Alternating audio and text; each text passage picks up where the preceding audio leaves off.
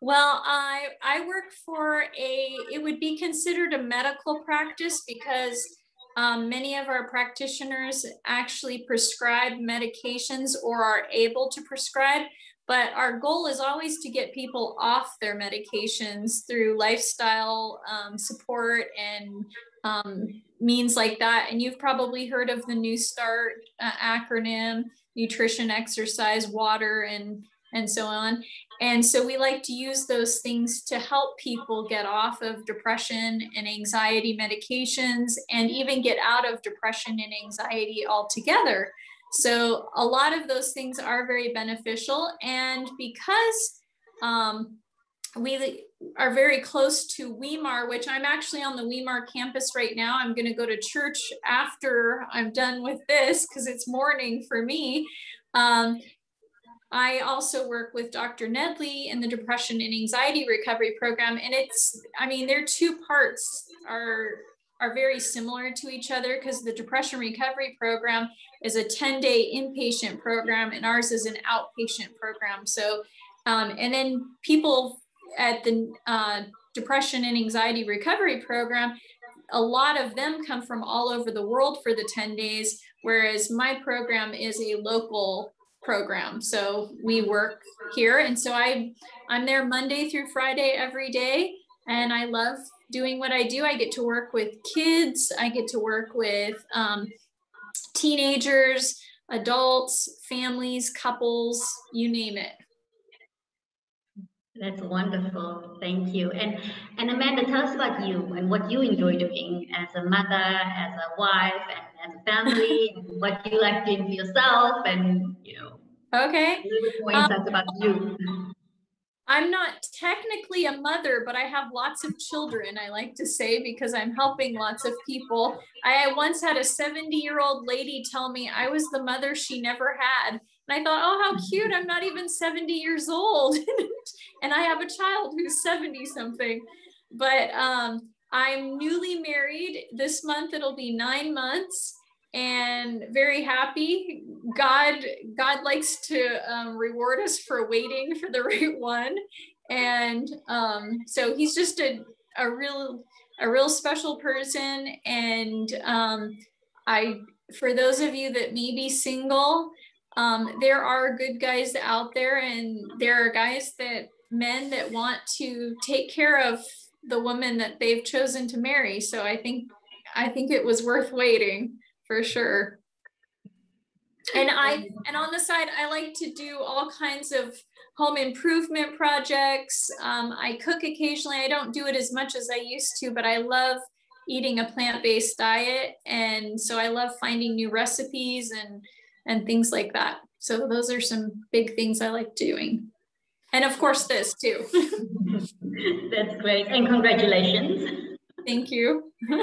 Okay, so without further ado, I'm going to hand this time over to you, ladies. At the end of the program, we always have a time for questions and answers, so we'll have a little bit of time to discuss, and so start taking some notes and putting your questions down. You can also use the group chat if you want to put the questions on Zoom straight away, just in case you forget. Okay, thank you, Amanda. Go ahead.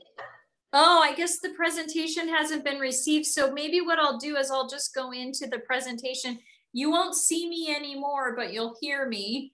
And I'll just go into that because it's what I'm wanting to share with you is something that it just came, I guess. Yay, praise God. What I want to share with you today is something that I think is really helpful.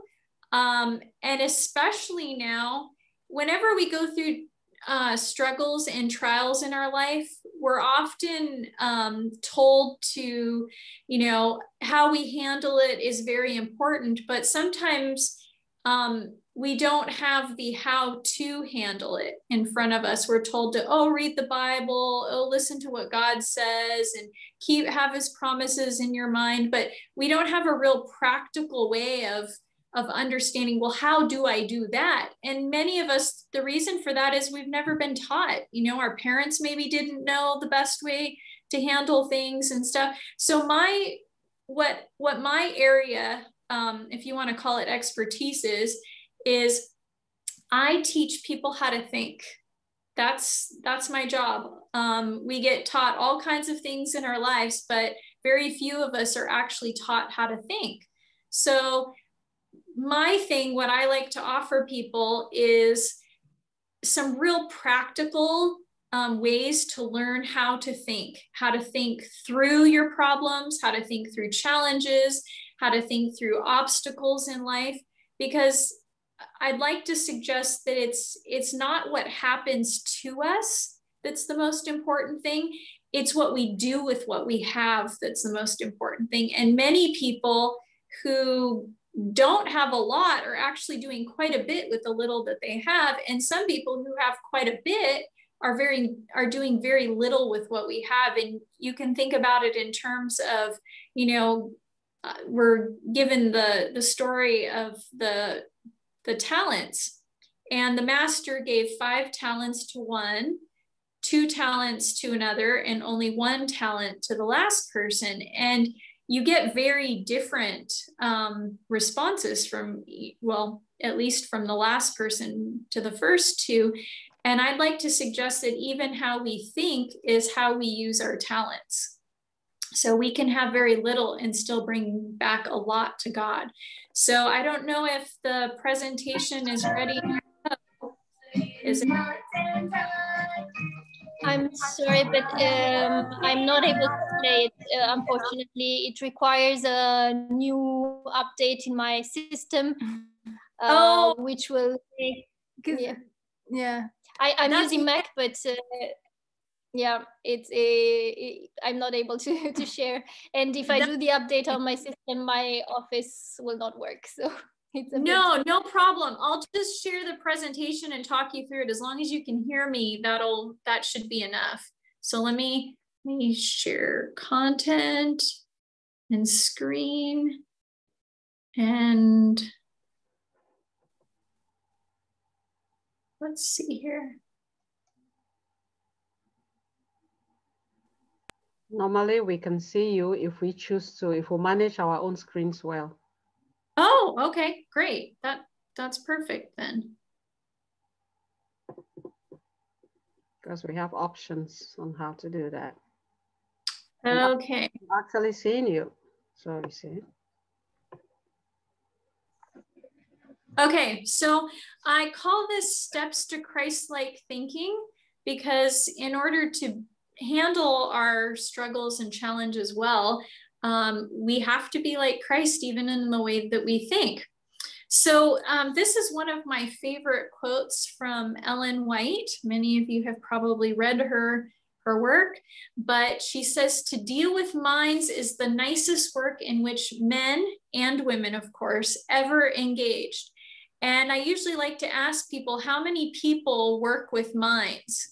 Well, every single one of you, as long as you interact with other people, are working with minds. So even though I'm a therapist, it seems like I would be working with minds. All of you, if you're working with any person, are actually working with minds too. And so we're all privileged to be doing the nicest work as we're engaged with other people. And as we do that, though, each one of us has probably learned different things along the way in order to have a healthier relationship with other people, and even with our families and that sort of thing. So this one here, I'm assuming all of us have learned how to say please and thank you. It may not be in English, but in another language too. We've all learned, oops, I did the wrong thing here. We've all learned how to brush our teeth and wash our hands. And in the middle of COVID, a lot of people are washing their hands even more than they used to. But these are things that are very important that we learned when we were younger. Even this, I don't know if this is as popular out there, but I know there's a lot more pedestrian engagement out there than there probably is here in the United States, because you have a lot of traffic and public transportation. But stop, look, and listen. That's what we learn here in the States about crossing the street. We've also learned, even this, I don't know how many of you learned this when you were younger, stop, drop, and roll. This is something that we learned in case we caught on fire, which ironically, I don't know very many people who've actually caught on fire. So I don't know how important this was, even though we spend a lot of time in school learning how to stop, drop, and roll. But very few of us, like I had mentioned earlier, have actually learned how to take care of our minds, how to think properly, and even some people will call this mental hygiene. How do we take care of our minds in order to get the most and the best out of them? So something that I do just about every day is something called cognitive behavioral therapy. And before I get too far into this, those that I work with, and even in the depression and anxiety recovery program that Dr. Nedley does, we spend a lot of time talking about cognitive behavioral therapy. But I like to suggest too that not only is cognitive behavioral therapy important, but biblical cognitive behavioral therapy, because you can actually use this type of therapy from a Buddhist perspective, from other religion perspectives. And interestingly, a lot of the therapies that we learn in school actually come from Eastern religion. So Buddhism, other types of religions that are not biblical or not Christian are a lot of ways that we get the foundation. But I actually believe that we can use cognitive behavioral therapy, even though it wasn't in the beginning used in a biblical way necessarily. It's very easy to use cognitive behavioral therapy or CBT in a biblical way. And so if you look at those three circles there, you can see that the bottom two, the feelings and the behavior, those are why most people come to me for counseling.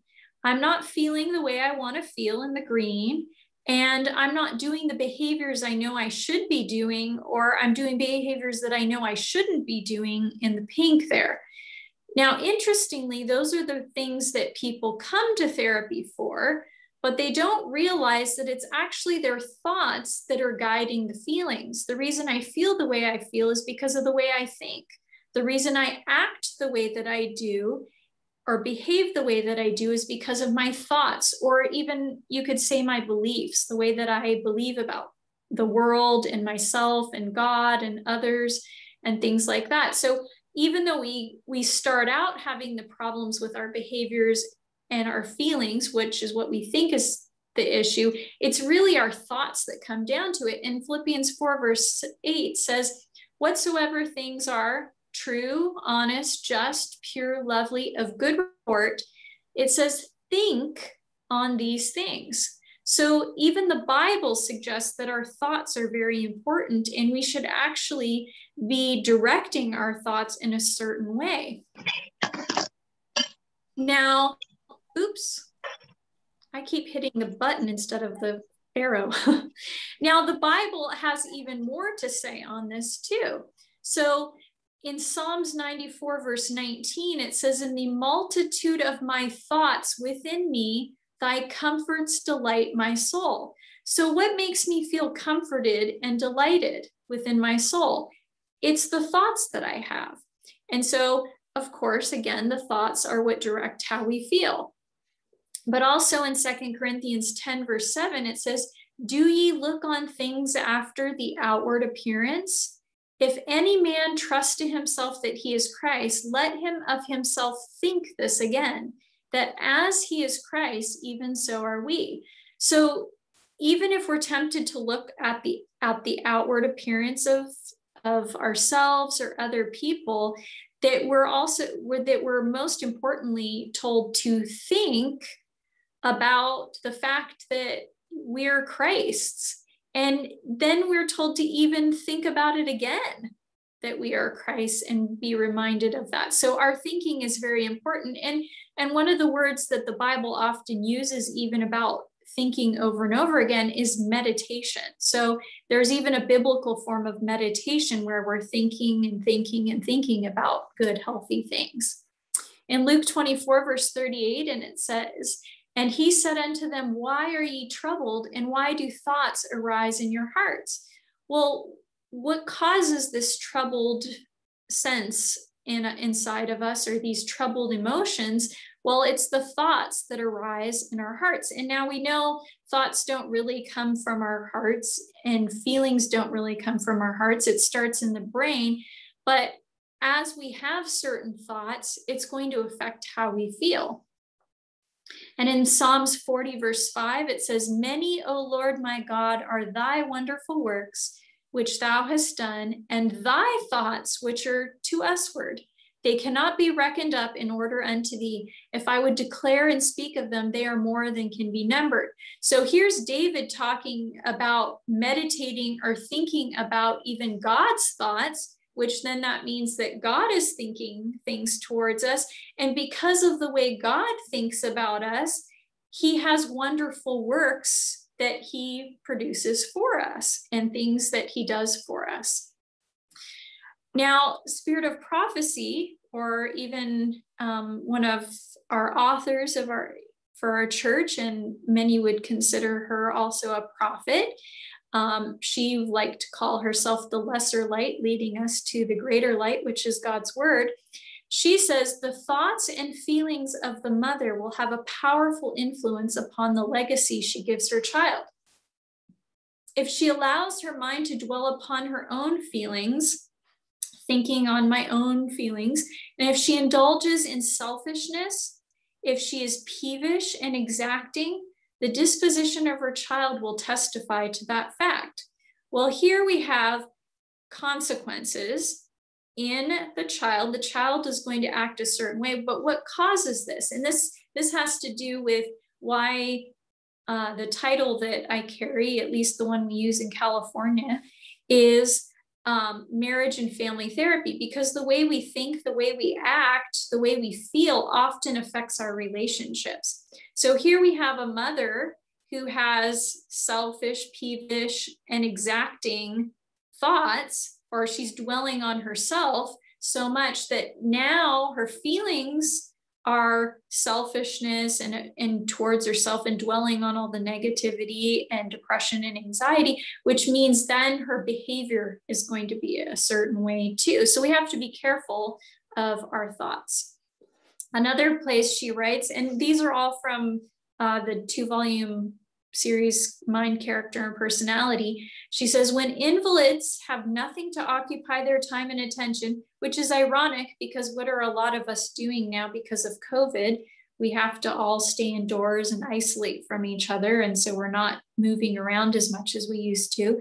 But she says, when invalids have nothing to occupy their time and attention, their thoughts become centered upon themselves and they grow morbid and irritable. Many times they dwell upon their bad feelings until they think themselves much worse than they really are and wholly unable to do anything. When I'm diagnosing my clients, and we have to do this because insurance covers a lot of the procedures and sessions that I do with my clients, but within the book, it's called the ICD-10 or the DSM-10 or the DSM-5. Within that book is all of these diagnoses. It's a very thick book, no pictures, very small font. And within that is a small section within there, and that section is called somatoform disorders. And somatoform means that no matter how many tests the doctors do, no matter how many assessments they do of me or whoever they're looking at, that if I believe that I am sick or that certain things in my body don't work just because of how I feel, even though those parts of my body that are fully capable to do what they're meant to do, they will actually become inactive because my thoughts make them go that direction. So that's what somatoform disorders means. It means disorders that have nothing to do with my biology. It has everything to do with the way my mind thinks that's actually stopping those things from happening. So there are people in the world at this time who are blind, not because their eyes don't work. Their eyes are fully capable of working, but because their thoughts are so negative about their ability to see or the situation that they're in, that it actually keeps them from being able to register what they're seeing. Isn't that really sad? And so that's an exaggeration of what many of us do, though. When we keep thinking about the negative things that are going on, what does that do? It causes us to shut down, and we actually feel worse than we really need to. So then she says, let us place our thoughts upon holy things. Let them be pure and true. For the only security for any soul is right thinking. So that's what we're going to be focusing on, right thinking. We are to use every means that God has placed within our reach for the government and cultivation of our thoughts. What does government and cultivation of our thoughts mean? That means that God gave us a mind. Just like many of us, when we have a body, we don't just eat whatever we want to. We exercise to make our body go in the direction and the ways that we want our bodies to. We're actually supposed to do that with our minds. So I don't know if any of you, when you were growing up, had your mom tell you or somebody tell you, don't stare. You know, your eyes will get stuck that way if you stare at that for too long. Well, you're exercising self-control not to keep staring, even though it kind of feels good and you just don't want to have to think too much. But when it comes to our thoughts, we're actually supposed to have self-control with what we think positively, what we reduce negatively in our thoughts. And so then she says, his truth will sanctify us, body and soul and spirit, and we shall be enabled to rise above temptations. So this tells us one of the reasons we're so tempted is because we never practice self-control with our thinking.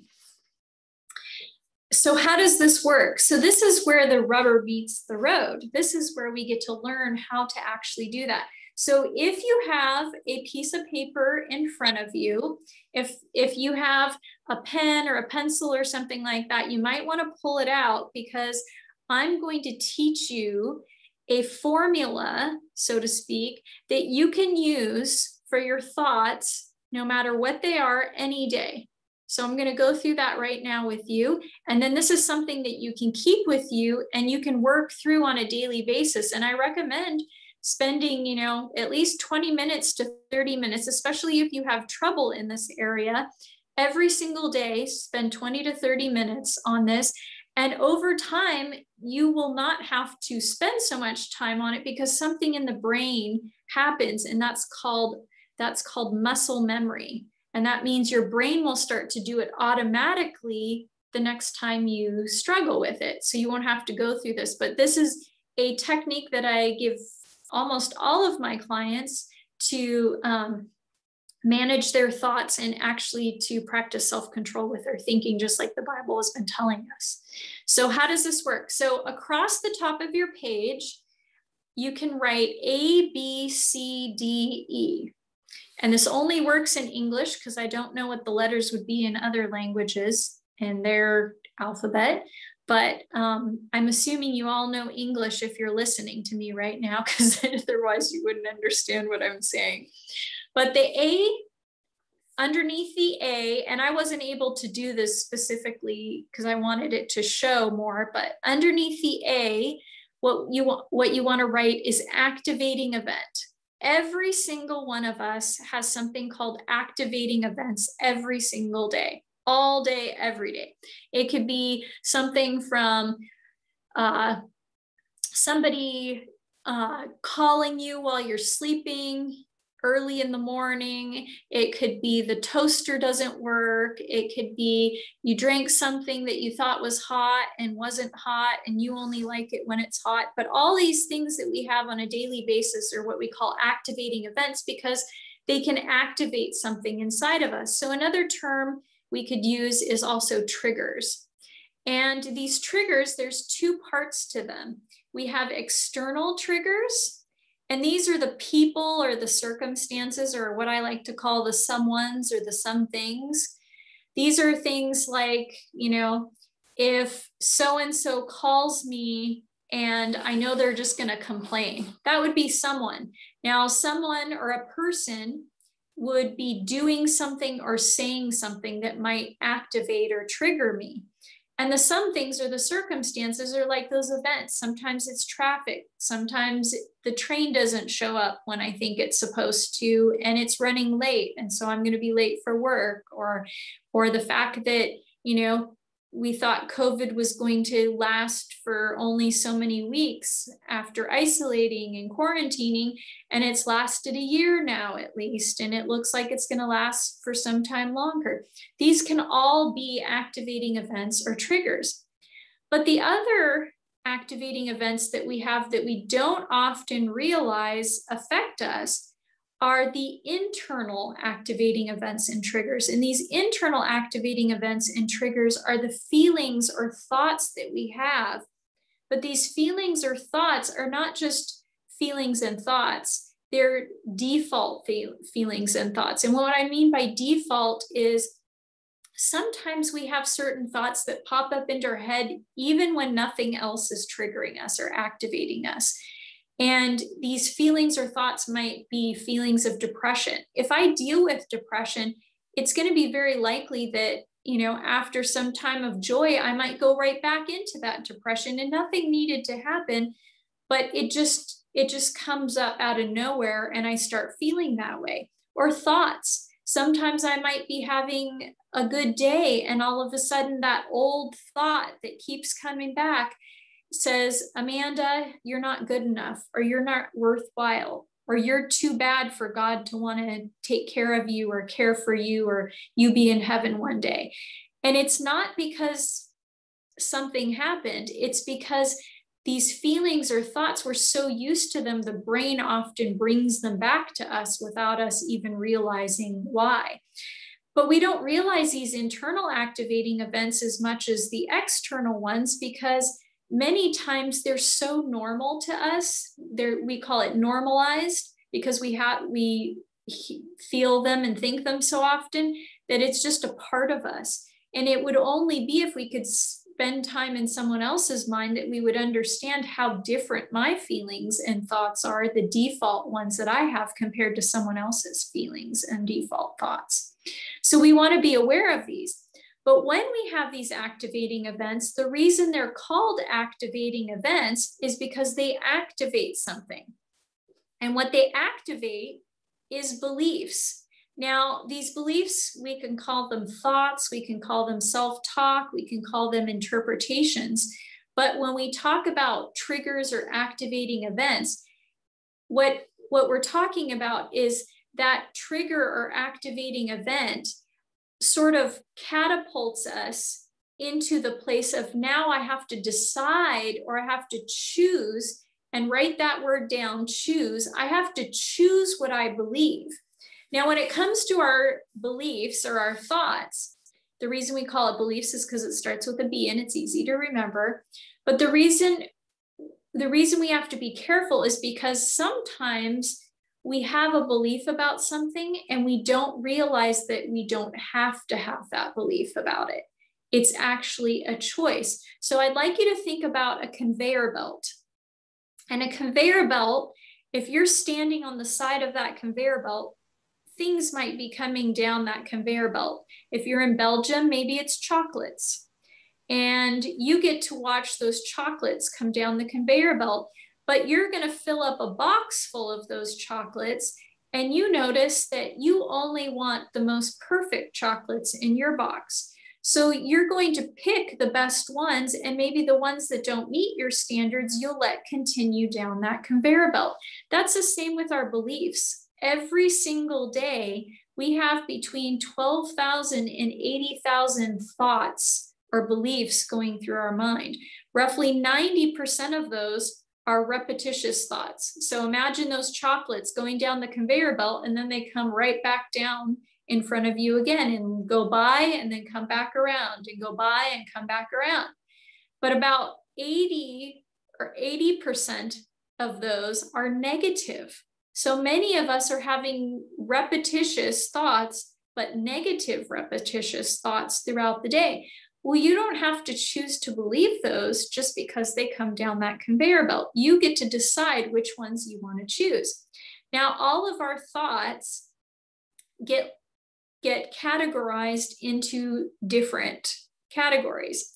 So the first thought, and if you want to think of this in terms of, say, a 3D globe, on the outside of that globe, you would have your automatic thoughts. But why are those so important? Or what's so bad about that thought? Well, there's an assumption there.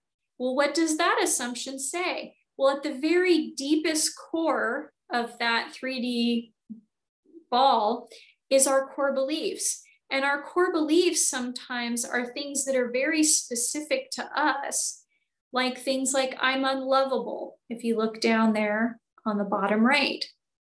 Well, if I believe I'm unlovable, that's not just going to affect that I think that Jake doesn't like me, like my automatic thought, but that might affect how I do at work. If I don't believe I'm lovable, how do I think people are going to treat me at work?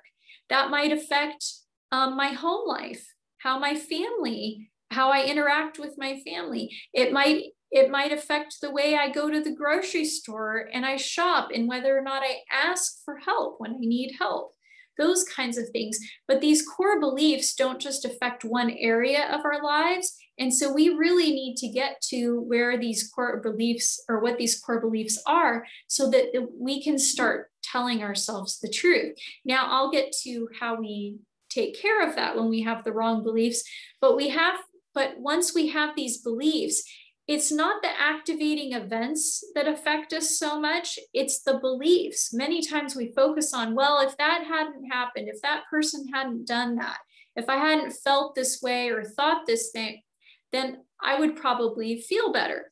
But it's not what happens to us, it's what we believe about what happens to us that directly causes the consequences, or the C. And there's two consequences that we experience every time we have what we call irrational beliefs. And so these consequences are emotional and behavioral consequences. Remember the triangle I showed you earlier? These are the bottom two parts of the triangle, whereas the B, or the beliefs or thoughts, is the top part of the triangle. So these consequences are things like feeling sad, angry, lonely, but especially when we feel things like hopelessness. And then of course the behaviors, any negative behavior suggests that I've had an irrational belief. So if I have aggression, if I isolate, if I self-harm, if I ruminate, if I even have lack of creative problem solving and I just stop before I've ever, even started, well, what does that say? It says that my belief was irrational. And so the consequence of the beliefs, remember, it's the consequence of the beliefs, not the consequence of the activating event, that causes me to feel the way I feel and do the things that I do. Now, a lot of people think that, like I said, that the A, or the activating event, leads to the consequence, but that's not true. Because if that were the case, then everybody would feel the same way and act the same way based on circumstances, but not everybody throws a fit when traffic is poor or when traffic is backed up. Not everybody gets angry and lashes out when somebody says something that they don't like. So the A through C are the things that are happening. This is how we get into the situation that we get into. But the beautiful part of this is that now we get to go into how to change that.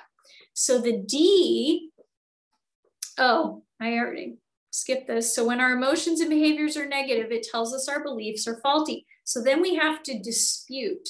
So the D stands for dispute. But what are we disputing? When we realize that the consequences are negative, that tells us that our belief is wrong. So we have to dispute that belief. We have to dispute the irrational belief. And so what do we do to do that? Well, we ask ourselves two questions, and we call this in therapy Socratic questioning. It comes from Socrates, and philosophers, they like to ask lots of questions. So that's what Socratic questioning comes from, that idea of questioning things. Now, the first question is this true? Now let's go back real quick here. Now, the thought here is, I don't think Jake likes me. Now, asking myself, is that true? Sometimes I don't have the answer. I don't have if it's true or not. All I can do is maybe even tell myself, you know what? I don't have enough evidence to know that that's true. Our brains naturally do not like to not have an answer. I know that was a double negative, but we do not like to have blanks in our mind. So you know what the brain often does? It fills it in with something just so that we can say we have something, an answer. So that's like saying, let's put this person in jail because we can't figure out who did the crime. So this person, they look like they could have done it. So let's put them in jail for it. That way it'll make us feel better about solving the crime. Well, we might feel better about solving the crime, but what just happened? We put somebody in jail that doesn't necessarily deserve to be put in jail. And that's why it's so important to ask ourselves, is it true? Because everything we tell ourselves should have evidence to show that it's true. Just like if you're a scientist, you don't come up with a hypothesis and decide, well, this sounds good, so I'm just going to tell people that smoking is good for them because I like to smoke. Well, is that true? No, there's a lot of evidence that tells us that smoking is harmful to us. So we can't say it's true. We can only tell ourselves things that are true. And so even though I don't know if Jake likes me, I don't know if it's true that he doesn't like me. Therefore, I have to withhold judgment until I have enough evidence either way. Now, the second question is it helpful? Now, just by asking, is it true? A lot of people, we do not question our thoughts sometimes. We just merely accept them because we think, well, I thought it must be true. That's not necessarily true. But asking, is it helpful? Sometimes things are true. You know, maybe I made a big mistake at work and I cost my company a lot of money. And, you know, my boss got upset because, you know, I cost him a lot of money and I wasted some time that we had. But is it helpful to tell myself that every single day for the next 5 years? No. So when we ask, is it true? We need to have evidence. And when we ask, is it helpful? We have to ask ourselves, is this moving me forward or keeping me stuck? And if it's not true, and if it's not helpful because I'm staying stuck, then I need to change what I believe. So when we ask those two questions, we can't just change it. We have to replace it with something else. These are just some other examples of disputing questions. So what evidence do I have that I am worthy? Maybe I think I'm not worthy. When is a time I was treated fairly? Because sometimes we believe life isn't fair and I get the short end all the time. What does the Bible and God have to say about me and my situation? Because sometimes we tell ourselves this will never work out. Well, what does the Bible say about that? What are the exceptions to my thinking that I'm hopeless? Maybe I say I'm hopeless, but I'm forgetting all the times that I had hope in my life. I might be thinking my life is over. Have I asked myself, do other people think my life is over? Maybe they see something I'm not seeing. In the scheme of things, is it really that important that this person wasn't trustworthy? Because sometimes we think, oh, I can't trust anybody. And who has and is been trustworthy in my life? Am I only thinking this because someone suggested it?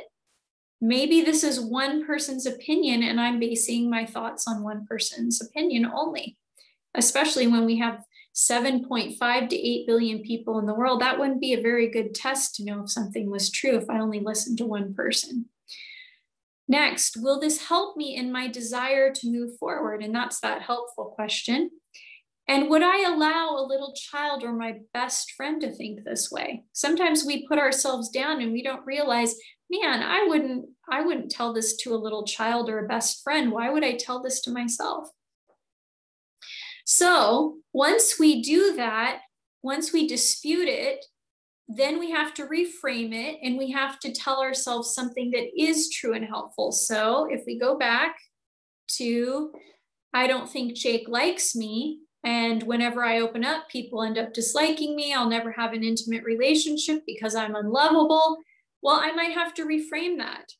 And I might have to say, you know what, even if I don't think Jake likes me, I don't have enough information to know if he does or doesn't. And, you know, every time I open up, people don't end up disliking me. And maybe I'm saying things that are actually pushing people away. And if I opened up to the right people, they would actually like me.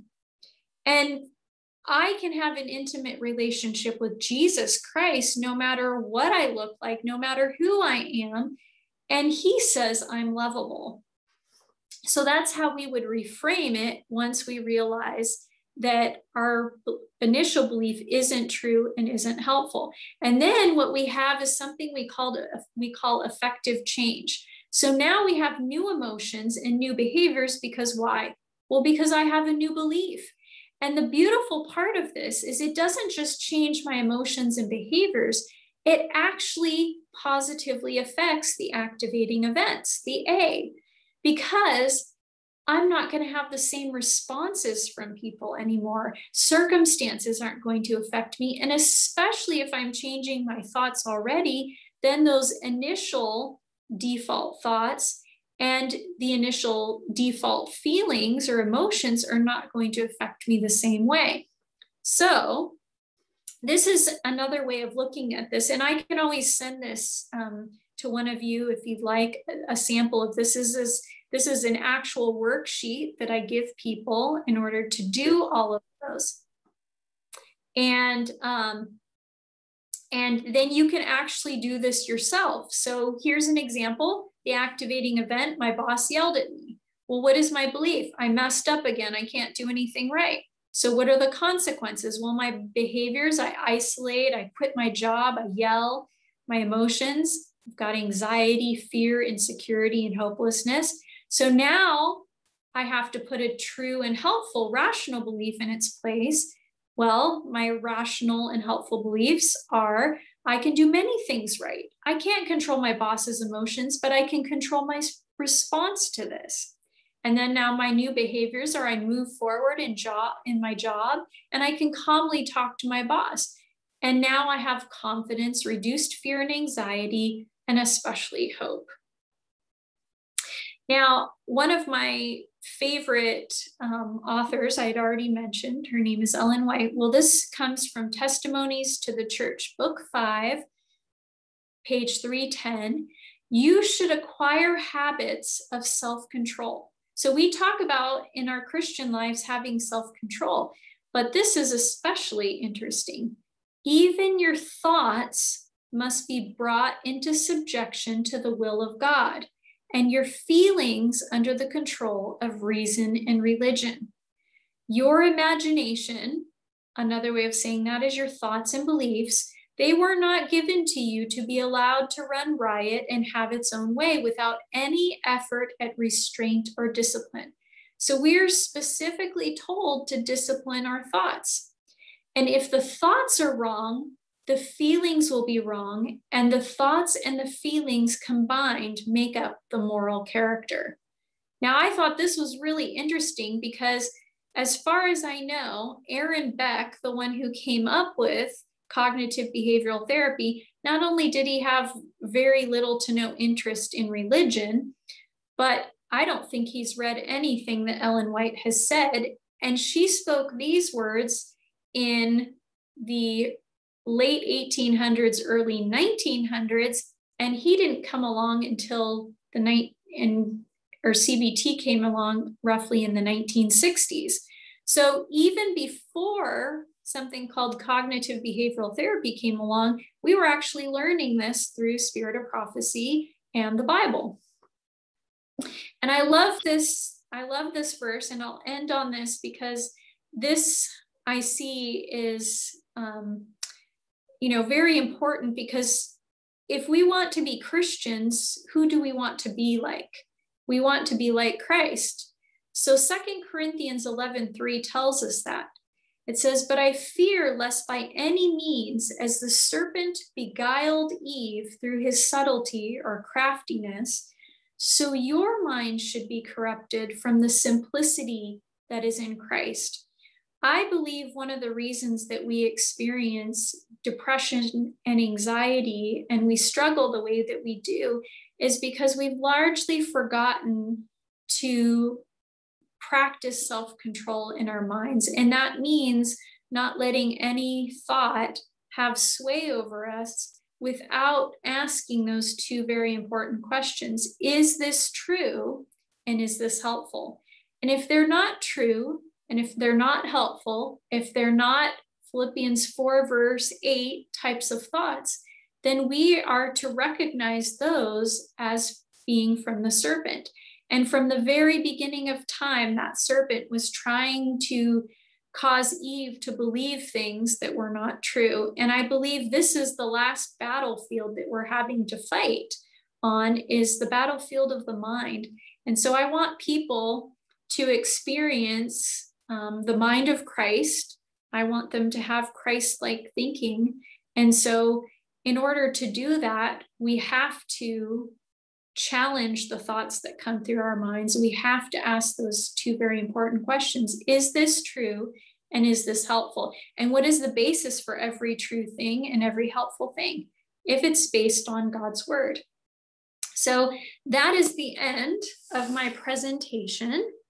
And if there are any questions, please feel free to ask, and I'd be happy to answer them.